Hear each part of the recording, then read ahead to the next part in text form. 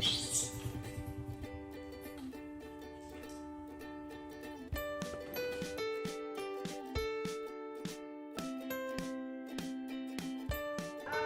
ạ bố nào.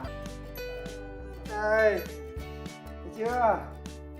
Đấy, phối bướm bê này. Cứu qua đây mình chào nào. Bố nào qua đây chào nào.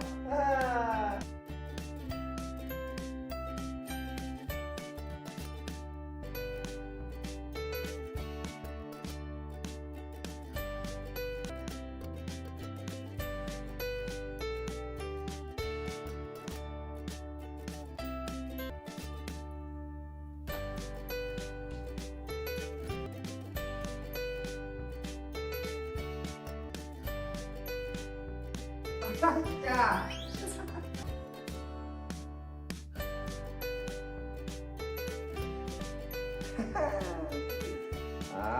Bây giờ cứu về đây nhá.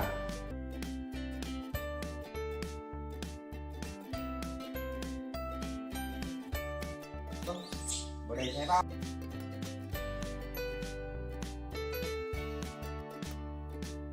Chà, chuẩn bị đồ hết thế này à?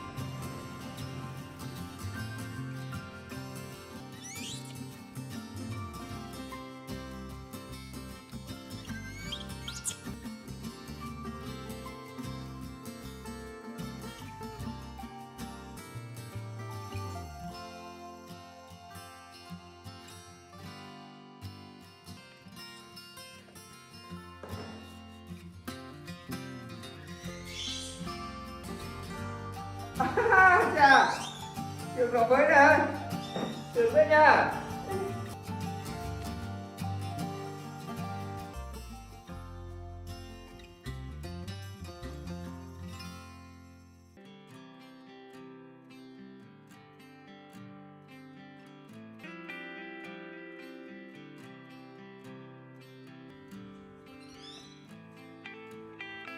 Vô rồi đó nha.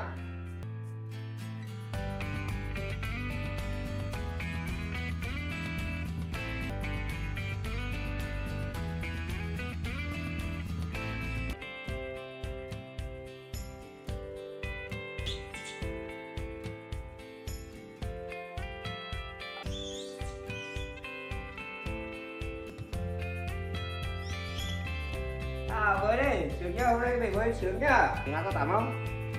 Chưa lên đây nhảy xuống cho nó bố bắt nào. Lên đây nhảy xuống bố ơi, lên đây, lên đây.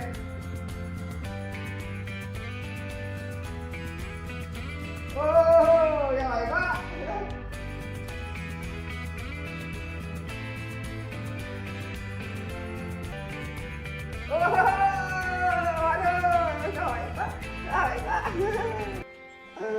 Với này kêu với con nào.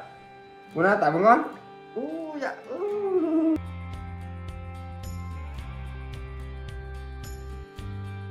Bố nào tắm nhá.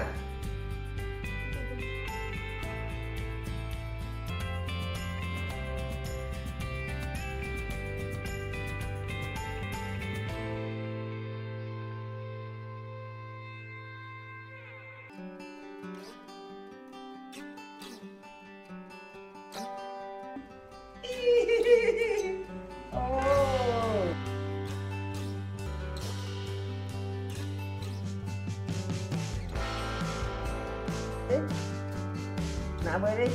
Đúng rồi, giỏi quá. Bơi qua đây, nào bơi qua đây.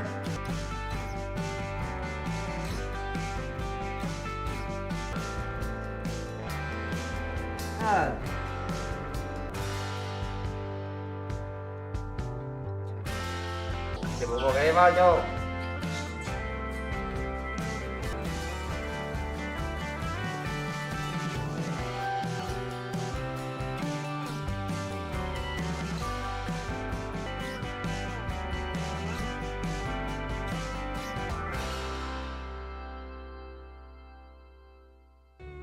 Rồi, bắt. Rồi, bắt. Kêu lên đấy nhảy cái này bù sao nè, lên đây. Lên đấy nhảy bù sao nè. Con kêu ở đây bơi nhá. Thì bố bao bố tắm deo cho em thì bố mặc đồ cho em trước cái nhá.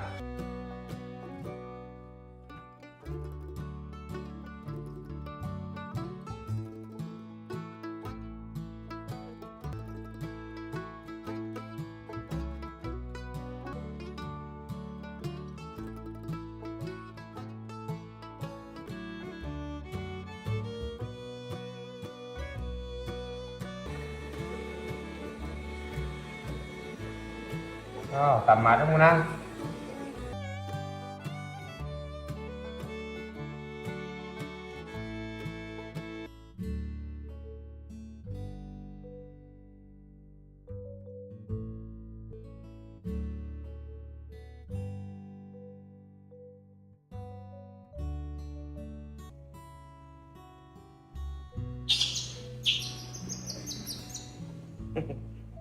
Vào đây. Đấy. Ô, đây đây.